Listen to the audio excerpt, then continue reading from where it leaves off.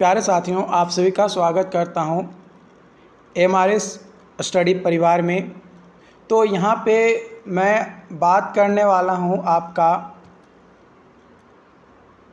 Professional practice law and ethics. ये एक subject था जो कि इम्पॉर्टेंट सब्जेक्ट्स है और ये एक कॉमन सब्जेक्ट्स है उन कैंडिडेट का जो लोग 7 सेमेस्टर में है ना, बीटेक के 7 सेमेस्टर में हैं।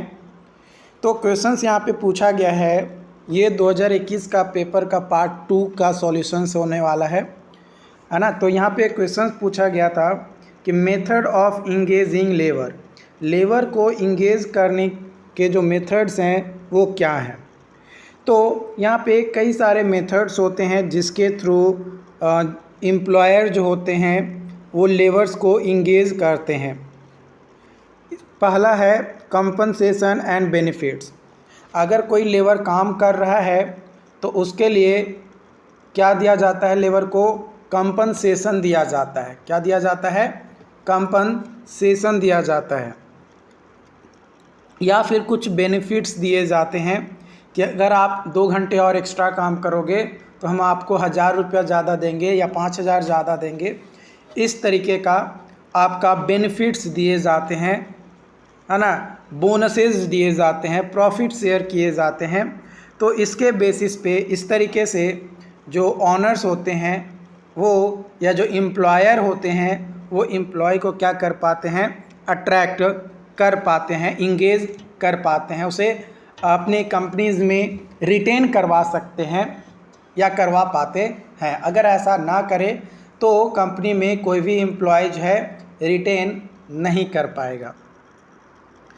उसके बाद कैरियर डेवलपमेंट एंड ट्रेनिंग। कई बार एम्प्लॉय को ऑफ़र दिया जाता है कि आप प्रोफेशनल डेवलपमेंट ट्रेनिंग आपको जो है दिया जाता है ताकि आप उस प्रोफेशनल ट्रेनिंग में जाएं तो आपको कई सारे अच्छे चीज़ें सिखाई जाए जिससे आप क्या हो सके, मोटिवेट हो सके। और जैसे ही आप किसी काम को लेकर मोटिवेट होइएगा डेफिनेटली आप उस कंपनी के लिए बहुत अच्छा काम करिएगा। तो this can be include training programme, monitoring, coaching, leadership development initiatives. कई सारे अलग अलग जो प्रोग्राम्स होते हैं वो आपके यहाँ पे करवाए जाते हैं। ओके।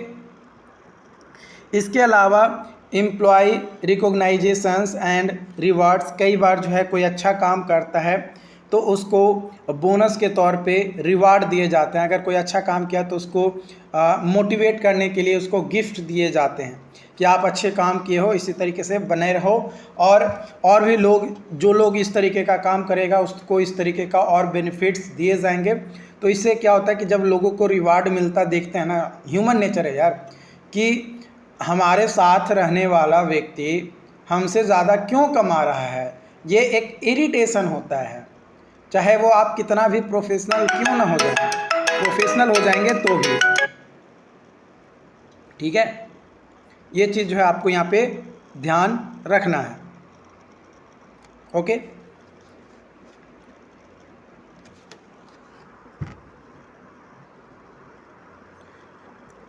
ओके, उसके बाद है वर्क लाइफ बैलेंस।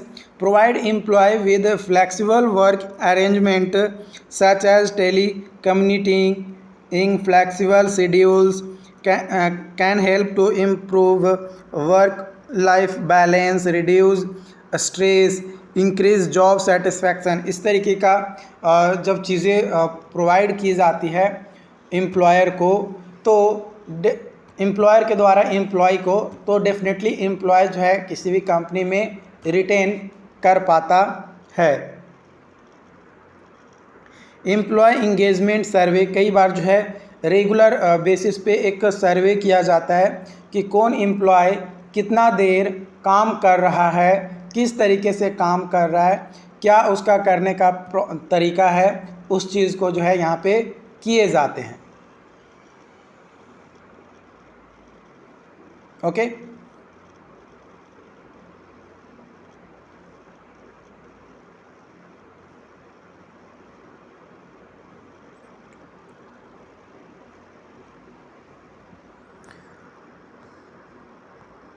तो ये आपका क्वेश्चन था।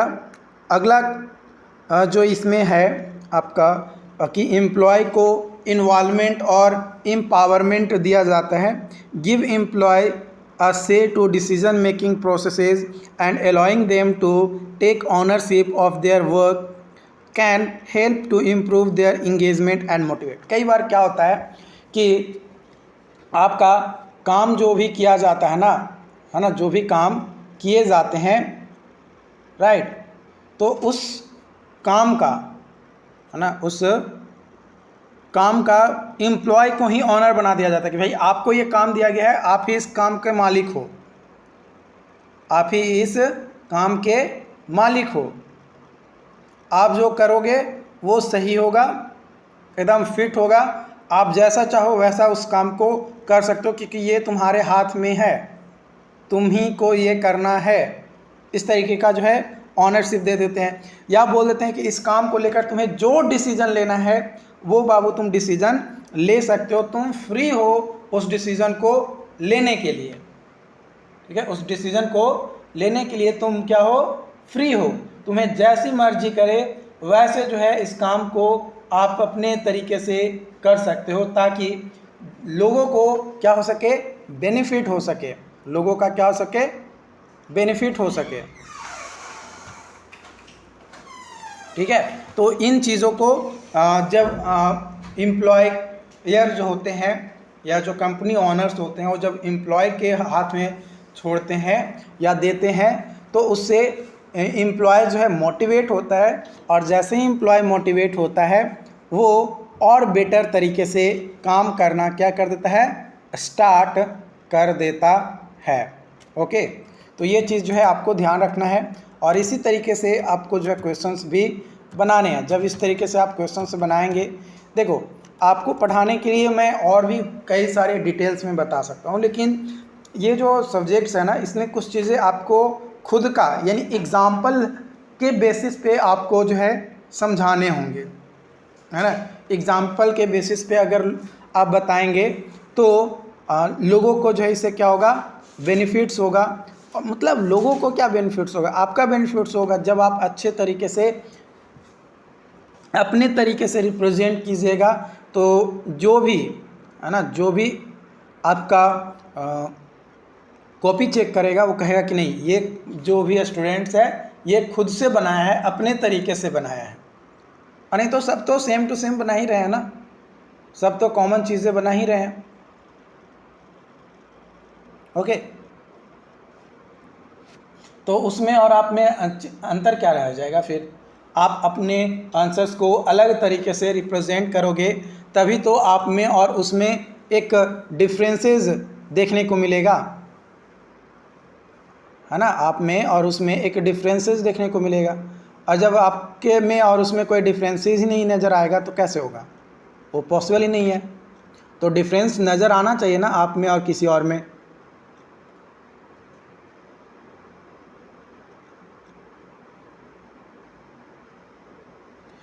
चलिए आगे बढ़ते हैं।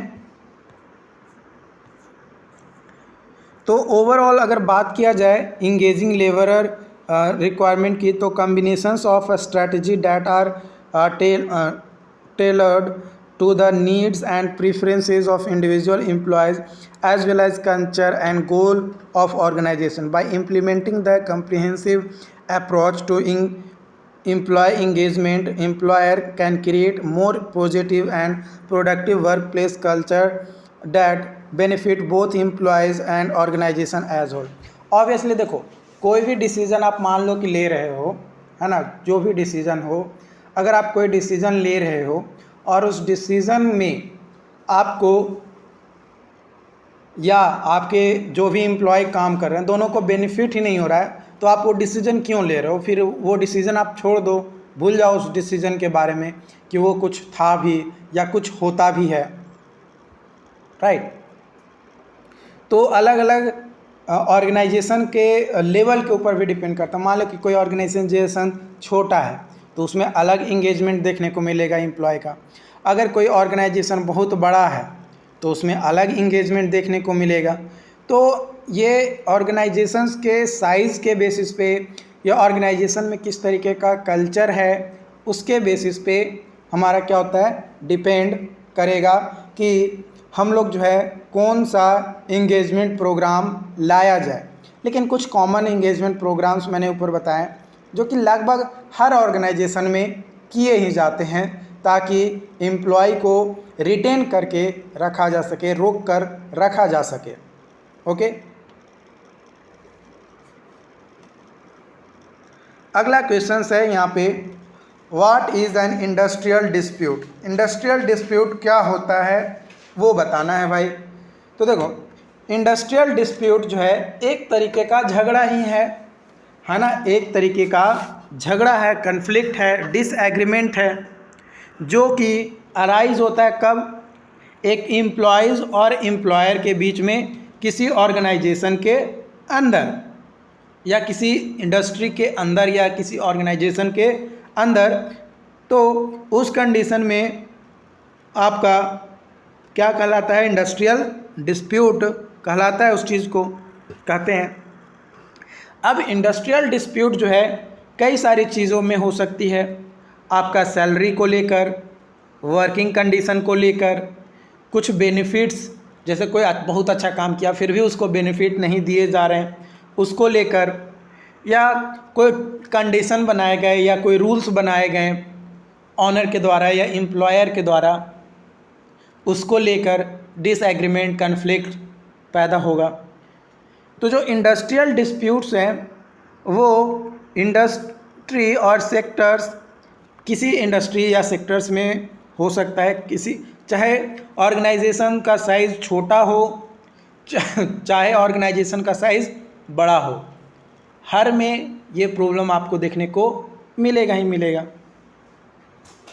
देखो, कहीं पे भी बोला जाता है ना, जब एक से ज़्यादा लोग कहीं पे भी काम कर रहे हैं ना, तो वहाँ पे डेफिनेटली लड़ाई होते ही हैं, मन मुटाव होता ही है, चाहे वो जैसा भी हो, मन मुटाव तो आपका होगा ही होगा, ये 100% ट्रूथ है।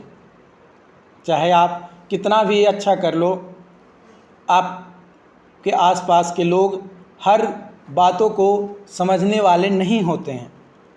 कुछ लोग वैसे भी होते हैं जो आप कुछ भी बोल दो, ए बोल दो, बी बोल दो, सी बोल दो, डी बोल दो, वो आपके हमेशा अपोजिट में ही खड़े रहेंगे। ओके, तो दैट्स नेचुरल। लेकिन इस नेचुरल चीज़ों को कुछ हद तक क्या किया जाता है, रिजॉल्व करने की कोशिश की जाती है ताकि कुछ हद तक लोग क्या रहे, शांत रहे।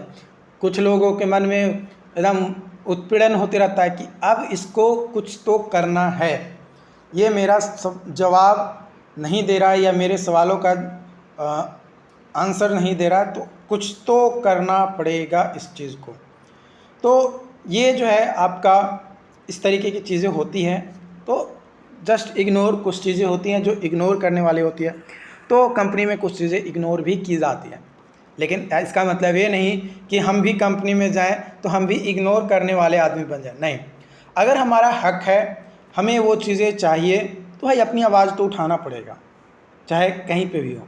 आप कॉलेज में हो, जॉब प्रोफाइल में हो, या लाइफ के किसी भी सिचुएशन में हो, आपको आवाज़ उठाना पड़ेगा। आवाज़ नहीं उठाओगे कुछ नहीं होने वाला है। Okay, industrial disputes can take various forms such as strike, lockouts, work shutdowns, protest. अलग अलग तरीके से जो है डिस्प्यूट्स किए जाते हैं और अलग अलग फॉर्म्स में आपके होते हैं। These actions are often used as a last resort by employees or their representatives when they are unable to resolve dispute through negotiation or other means। जब बातचीत करने के गए है ना एम्प्लॉयर से, और बातचीत करने के बाद कोई रिस्पॉन्स नहीं मिला, 1 बार 2 बार 3 बार 4 बार 5 बार, एक लिमिट तक जो है बात किए, लेकिन बात करने के बाद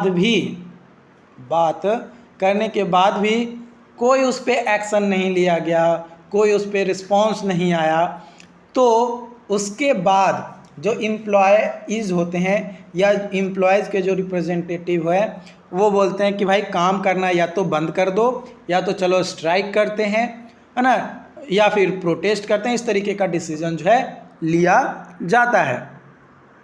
industrial disputes can have significant economic and social consequences both for the parties involved and for the broader community. They can disrupt business operations, reduce productivity, cause financial losses for companies and employees. They can also lead to social unrest, increased tension, and damage to reputation of company or industry. Obviously कोई भी company या industries में protest start हो गया, इसका मतलब आप साफ साफ समझ लीजिए कि उस कंपनी में फाइनेंशियल लॉसेस होंगे डेफिनेटली, क्योंकि अगर 10 दिन तक काम बंद रहेगा किसी भी कंपनी में, कोई एम्प्लॉय काम करना नहीं चाहेगा तो उसका 10 दिन का तो लॉस होगा ना। अगर मान लो कि एक दिन में उसको 1 लाख का प्रॉफिट है तो उसका लॉस भी मिनिमम 50,000 का होगा ही, तो 10 दिन के हिसाब से यानी 5 लाख का उसका लॉस हो जाएगा। और लॉस होने का कारण कौन है? तो वो खुद है। क्यों भाई? तो एम्प्लॉयज़ का रिप्रेजेंटेटिव गया एम्प्लॉयर के रिप्रेजेंटेटिव के पास, वहाँ पे बात किया, उनकी बातों को सुना नहीं गया, समझा नहीं गया, तो लॉस कौन झेलेगा? कंपनी। अरे जो काम करने वाला आदमी है उसका क्या, वो तो 2,000-5,000 पे आपके यहाँ महीना में काम कर रहा है, महीना बेसिस पे, डेली बेसिस पे 200-300 रुपया आप उसको दीजिएगा, तो उसको ज़्यादा लॉस नहीं है। ऐसा नहीं है कि उसको लॉस नहीं है, उसको 10 दिन का पेमेंट नहीं मिलेगा, 10 दिन प्रोटेस्ट किया तो उसको भी लॉस है, लेकिन उससे ज़्यादा लॉस किसको है? तो आपके कंपनी को है। तो आप पहले कंपनी को बचाइएगा कि पहले आप एम्प्लॉय का ध्यान दीजिएगा। तो कंपनी को जब बचाने की बात आएगी तो एम्प्लॉय को आपको रखना पड़ेगा, क्योंकि आप अकेले सारे काम नहीं कर सकते हैं। To prevent and resolve industrial dispute, many countries have established law and regulations that set out the right and responsibilities of employers and employees. Employers और employees के responsibility और अधिकार को बताने के लिए कई सारे देशों में नियम बना दिए गए हैं, रूल्स बना दिए गए हैं, रेगुलेशंस बना दिए गए हैं कि आपको मिनिमम ये चीज़ें जो है फॉलो करनी है। आपको जैसे डिप्लोमा पास, कई सारे लोग जो है यहाँ पे बीटेक में डिप्लोमा पास पे आए होंगे, कई सारे लोग 12th पे। तो जो लोग डिप्लोमा पे आए हैं वे लोगों के लिए जो मिनिस्ट्री है हमारा इंडिया में, उस MHRD है ना, तो उसके तरफ से आपका अप्रेंटिस जो है जारी किए जाते हैं, है ना, नेट्स पोर्टल के थ्रू। तो जो अप्रेंटिस जारी किए जाते हैं तो उसमें एक मिनिमम स्टाइपेंड लिखा जाता है कि आपको मिनिमम जो है इतना स्टाइपेंड दिया जाएगा। क्यों? क्योंकि वो गवर्नमेंट ही रूल बना दिया है कि भाई डिप्लोमा पास है तो मिनिमम 8,000 दो, 8,000 से कम पैसा उसको नहीं दे सकते हो तुम, चाहे वो छोटा से छोटा काम ही क्यों ना कर रहा हो। मतलब अगर वो अपना डिग्री का यूज करते हुए काम कर रहा है तब। अब मान लो कि वो डिप्लोमा कर लिया, अब जा रहा है खेती करने, तो उसको थोड़े ना मिनिमम वेजेस मिलेगा। कोई इंडस्ट्री में काम कर रहा है, वो अपने डिग्री से रिलेटेड, वो अपने फील्ड से रिलेटेड, तभी उसको जो है मिनिमम वेजेस दिए जाएंगे। ओके, तो ये रूल्स बना दिया गया है। These laws may require employers to negotiate in good faith, and employees representatives provides mechanism for resolving disputes and establish penalties for violations of labor law. अगर कोई लेबर लॉ के नियम को वायलेशंस करता है, तोड़ता है, तो उस कंडीशन में, है ना, उस कंडीशन पे जो भी ऑर्गेनाइजेशन है या जो भी कंपनी है उस पर फाइन लगाया जा सकता है, पेनल्टी लगाया जाता है, हमेशा लगाया जाता है पेनल्टी। तो ये चीज़ें जो है आपको ध्यान रखनी है। आपको पेनल्टी से अगर बचना है, अगर आप कंपनी चला रहे हैं, तो आपको जो भी रूल्स रेगुलेशन है, जो भी टर्म्स कंडीशन है, उस टर्म्स कंडीशन को आपको क्या करना होगा? फॉलो करना होगा। अगर आप फॉलो नहीं करेंगे तो भाई दिक्कत है आपके लिए। In addition to legal remedies, other methods may be use to prevent and resolve industrial disputes such as mediations, conciliation, arbitrations, इन सभी के माध्यम से या के थ्रू आप जो है क्या कर सकते हैं, जो भी डिस्प्यूट्स हुए हैं उसे रिजॉल्व कर सकते हैं।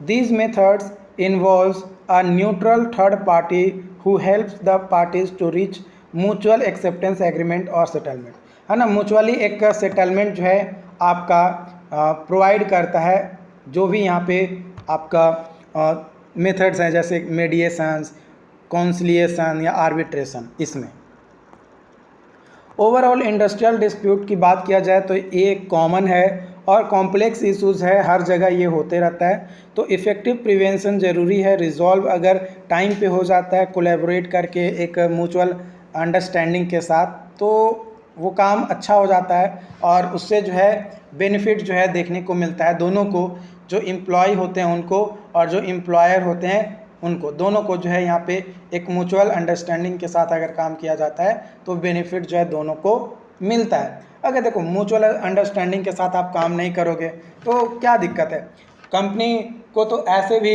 काम करवाने के लिए दूसरे एम्प्लॉय को हायर करना पड़ेगा। अरे आप नहीं तो कोई और सही, कोई ना कोई तो काम करने के लिए आएगा ना। ऐसा थोड़े ना है कि आप ही सिर्फ काम करोगे, है ना, आप ही सिर्फ काम करोगे, ऐसा तो नहीं है।